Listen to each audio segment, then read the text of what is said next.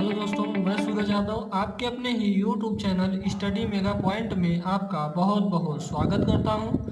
दोस्तों, आज का जो लेक्चर होगा वो मैथ के लिए होगा, लेक्चर 2 होगा। दोस्तों, आपको थंबनेल पे भी दिख रहा होगा कि लेक्चर कौन सा है कौन सा नहीं है।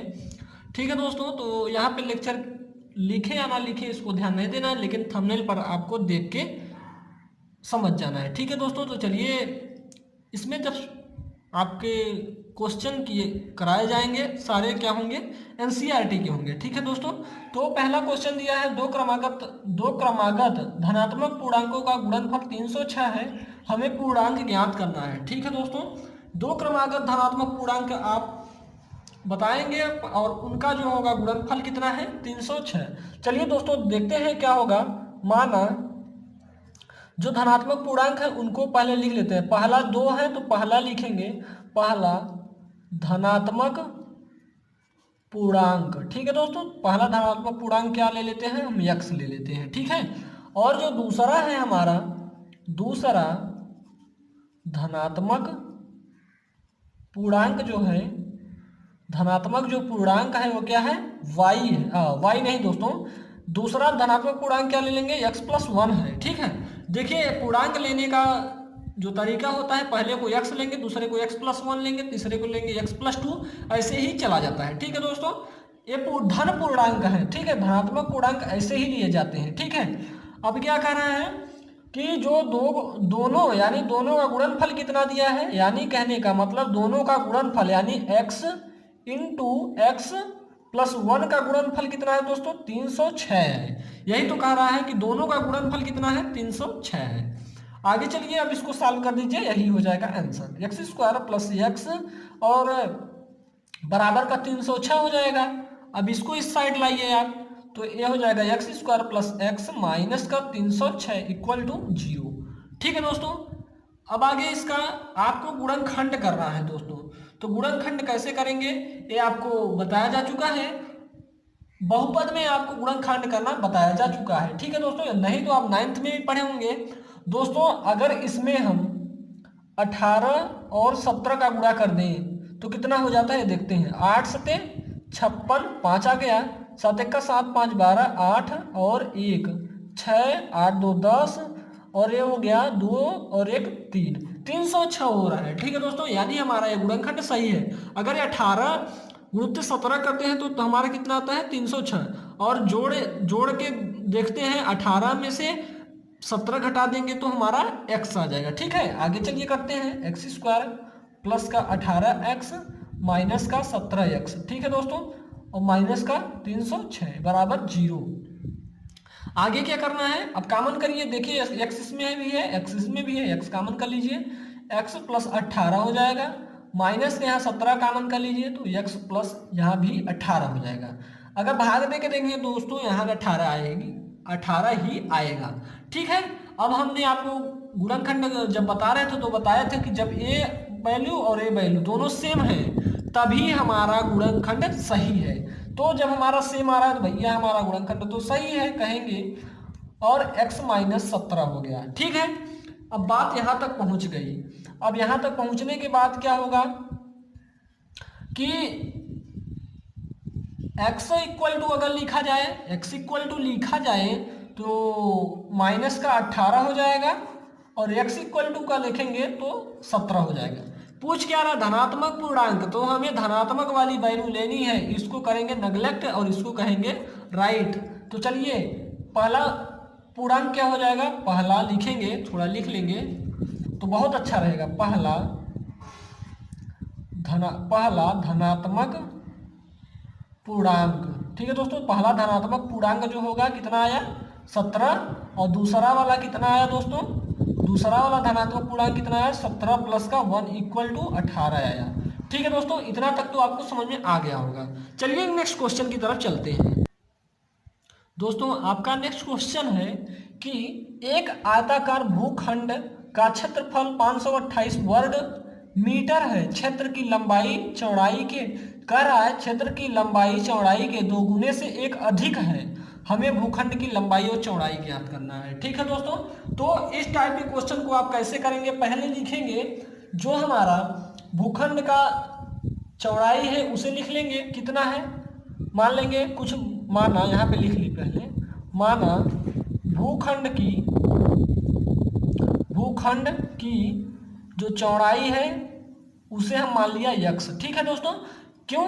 क्योंकि कह रहा क्षेत्र की लंबाई चौड़ाई के यानी चौड़ाई के दोगुने से एक अधिक है। कौन कौन?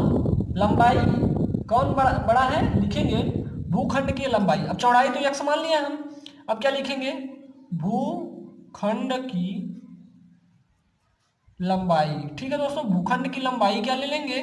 कह रहा है कि क्षेत्र की लंबाई जो है, क्षेत्र की लंबाई जो है चौड़ाई के यानी इसके दोगुने से एक अधिक है, यानी दोगुने से एक अधिक है। ठीक है दोस्तों, यही तो पूछ रहा है, दोगुने से एक अधिक है। अब आगे क्या कह रहा है? आगे क्या कह रहा है कि जो इसका क्षेत्रफल है, यानी क्षेत्रफल कितना दिया है?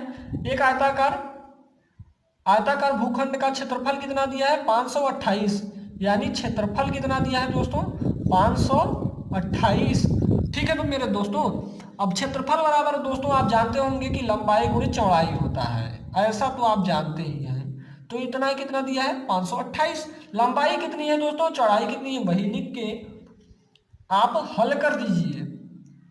तो x इंटू 2x प्लस का 1 कुछ यही होगा और 528। अब दोस्तों इसको तो आप सॉल्व ही कर लेंगे, अगर इतना छोड़ भी देते हैं हम तो आप सॉल्व कर लेते हैं। ठीक है दोस्तों, चलिए हम आपको सॉल्व करके बताएंगे। 2x² प्लस का x माइनस का 528 इक्वल टू 0। ठीक है दोस्तों, अब गुणनखंड करने का इसका गुणा यहाँ पे करिए, यानी 528 गुणा का 2 तो 16 5 12। ठीक है दोस्तों, 10 यानी 1056 हुआ। ठीक है दोस्तों, अब 1056 का कुछ हमें ऐसा गुणनखंड बनाना है कि जोड़ने पे हमारा एक आ जाए, घटा दें, जोड़ या घटा के हमें एक लाना है। ठीक है दोस्तों, क्योंकि प्लस का चिन्ह है माइनस का चिन्ह भी है, तो जोड़ या घटा के हमें प्लस का 1 लाना है। ठीक है दोस्तों, अगर हम 33 का गुणा 32 में करते हैं, ठीक है दोस्तों, अगर 33 का गुणा 32 में करते हैं तो देखते हैं 1056 आता है। 3 दूना 6, 6 9 9, 6 9 6 15 और 1 0। ठीक है दोस्तों, आ गया हमारा, यानी कहने का मतलब गुणनखंड 33 और 32 का बना, यानी 2x² इक्वल टू कितना मेरे मित्रों? कितना हो जाएगा? इतने का आप कर लीजिए कुछ 32 33x माइनस का 32x घटा देंगे तो इतने में से घटाएंगे, 33 में से 32 घटाएंगे तो x आएगा। चलिए इतनी बात तो समझ में आ गई है। अब आगे क्या करेंगे मित्रों? आगे करिए आप कि माइनस का 528 इक्वल टू 0 लिख दीजिए। अब इसमें केवल x कॉमन होगा क्योंकि ये असम है। ठीक है दोस्तों, सम नहीं है, असम है, तो लिखेंगे यहाँ पे x कॉमन करिए, 2x क्या 2x प्लस का 33 माइनस का यहाँ पे आप कॉमन कर लीजिए कुछ 16 कॉमन कर लीजिए। ठीक है दोस्तों, 16 कॉमन कर लीजिए, 16 तो यहाँ बचेगा क्या? 2x माइनस का कितना माइनस माइनस प्लस कितना 33 इक्वल टू 0। ठीक है दोस्तों, आ गया इतना। अब आगे क्या करना है आपको? ए और ये चीजें हमें सेम मिल रही हैं, तो यह कहने का मतलब हमारा गुणनखंड सही है। तो इसको लिख लेंगे इतना और इसको लिख लेंगे 2x प्लस का 33 इक्वल टू 0। आगे क्या करेंगे? अब x की वैल्यू हमें एक प्राप्त हो जाएगी 16 और x की वैल्यू हमें प्राप्त हो जाए माइनस के 33/2। ठीक है दोस्तों, अब इसमें हमें पूछ रहा है कि जो चौड़ाई है कितनी आई, तो दोस्तों बताएंगे हम आपको कि चौड़ाई जो है सदैव धनात्मक होगी। दोस्तों कभी ऋणात्मक में कभी क्षेत्रफल होता है? नहीं होता है। चौड़ाई कभी ऋणात्मक में होता है? कभी नहीं होता है। लंबाई कभी ऋणात्मक में होता है? नहीं होता है। तो क्यों लिखेंगे आप? तो चौड़ाई कितनी है? 16 है। 16 क्या? मीटर। ठीक है, अब लंबाई कितनी है? लंबाई लिखेंगे, किसकी लंबाई है? भूखंड की लंबाई है। ठीक है, लंबाई कितनी है? 2 इंटू 16 प्लस का 1, यानी 16 में दूना 32, 16 का गुणा 2 में करेंगे 32 प्लस का 1 इक्वल टू 33 मीटर हमारी आई क्या? लंबाई। ठीक है दोस्तों, चलिए नेक्स्ट क्वेश्चन की तरफ चलते हैं। चलिए दोस्तों, आयु के भी क्वेश्चन को हल कर लेते हैं। आयु के क्वेश्चन को आप कैसे हल करेंगे ये हम आपको बताएंगे। ठीक है दोस्तों, तो क्या क्वेश्चन है, क्वेश्चन नंबर 7 है, एनसीईआरटी का क्वेश्चन है। कह रहा है कि रोहन की माँ उससे 26 वर्ष बड़ी है। ठीक है दोस्तों, अब माँ है भैया तो बड़ी तो होंगे ही, ठीक है, माँ तो बड़ी होंगे ही, लेकिन इसमें और क्वेश्चन है, क्वेश्चन को आप कैसे करेंगे वो बताएंगे हम। उनकी आयु जो है, उनकी आयु का गुणनफल कितना है, गुणनफल अब से 3 वर्ष पश्चात 360 हो जाएगी। ठीक है, किससे, रोहन से। ठीक है, अब जब रोहन पैदा होगा तभी तो बात की जा रही है, रोहन पैदा हुआ उसके बाद की बात की जा रही है कि 360 हो जाएगी। हमें रोहन की वर्तमान आयु बताइए या ज्ञात करनी है। ठीक है दोस्तों, तो पहले क्या करना है आपको, रोहन की आयु को ही मान लीजिए x लिखेंगे, रोहन की, यहाँ लिखेंगे माना रोहन की वर्तमान आयु कितना ले लें हम, x ले लें, y ले लें, कुछ भी ले लें। ठीक है, x वर्ष ले लेते हैं। ठीक, अब रोहन की माँ की आयु से क्या कर रहा है, 26 वर्ष बड़ी है। रोहन उसकी आयु से 26 वर्ष बड़ी है। ठीक है दोस्तों, कितनी वर्ष, 26 वर्ष। 26 वर्ष क्या है, बड़ी है। लिखेंगे क्या, रोहन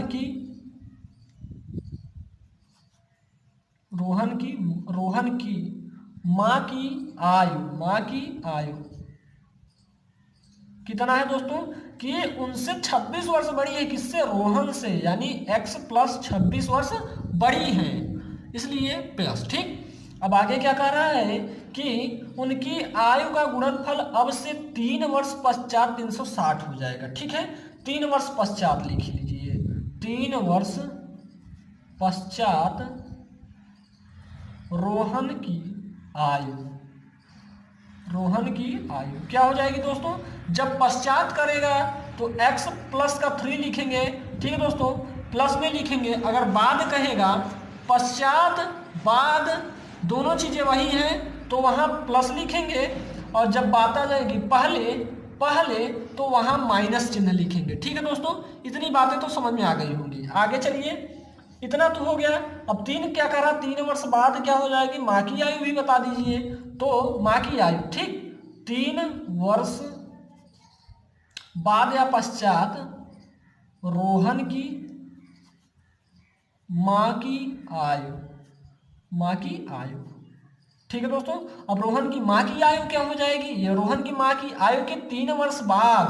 ठीक है, अब रोहन की माँ की आयु के 3 वर्ष बाद। ठीक, यही हुआ। अब आगे क्या करेंगे, इसको थोड़ा लिख लीजिए, x प्लस 29 हो जाएगा। ठीक है, x प्लस 29 किसकी है, रोहन की माँ की है। ठीक है मेरे मित्रों, आगे क्या करते हैं, क्या कह रहा है, आगे कह रहा है कि उनकी आयु का गुणनफल अब से 3 वर्ष पश्चात 360, इतना तो हो गया, 3 वर्ष पश्चात वाली बातें तो हो गई।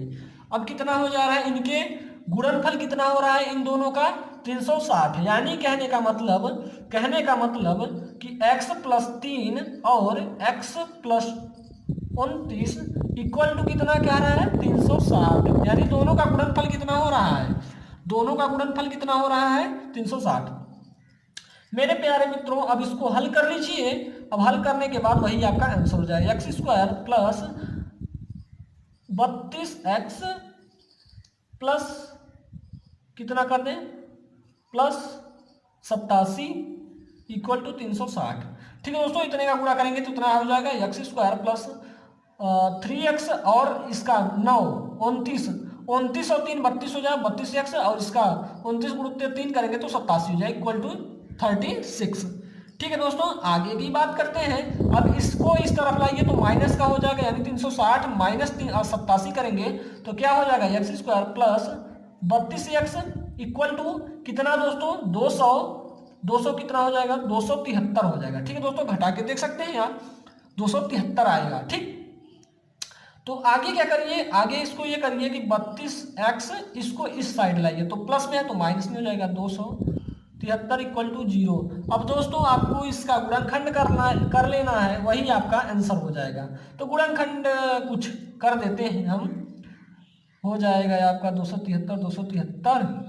तो दोस्तों अगर हम 34x लिख लें और माइनस का 7 कर दें, 34x लिख दें, और नहीं दोस्तों, नहीं नहीं, 29 का लिख लेते हैं, 19 का माइनस का 7x, और 273 इक्वल टू 0। अगर 29 में से 7 निकालते हैं तो हमारा आ जाएगा 32, और 39 में से 7 निकाल देंगे तो 32 आ जाएगा, और 39 का गुणा 7 में कर देंगे तो 273 हो जाएगा। ठीक है, आगे करते हैं। अब इसमें कामन वामन कर लीजिए, बस वही है, अब आगे कुछ नहीं है। तो आगे कर लीजिए x कामन करिए, x प्लस 39 माइनस का 7 कर लीजिए, तो यहाँ पे x प्लस 39 इक्वल टू 0, तो x माइनस 7 और x प्लस 39 इक्वल टू 0 दोस्तों। तो ये तो निगेटिव हो गया, यानी x इक्वल टू 7 आ गया, यानी रोहन की आयु कितनी है, 7 है। ठीक है, रोहन की आयु जो आई अभी वो 7 है। ठीक है दोस्तों, रोहन की आयु कितनी आई, 7 आई।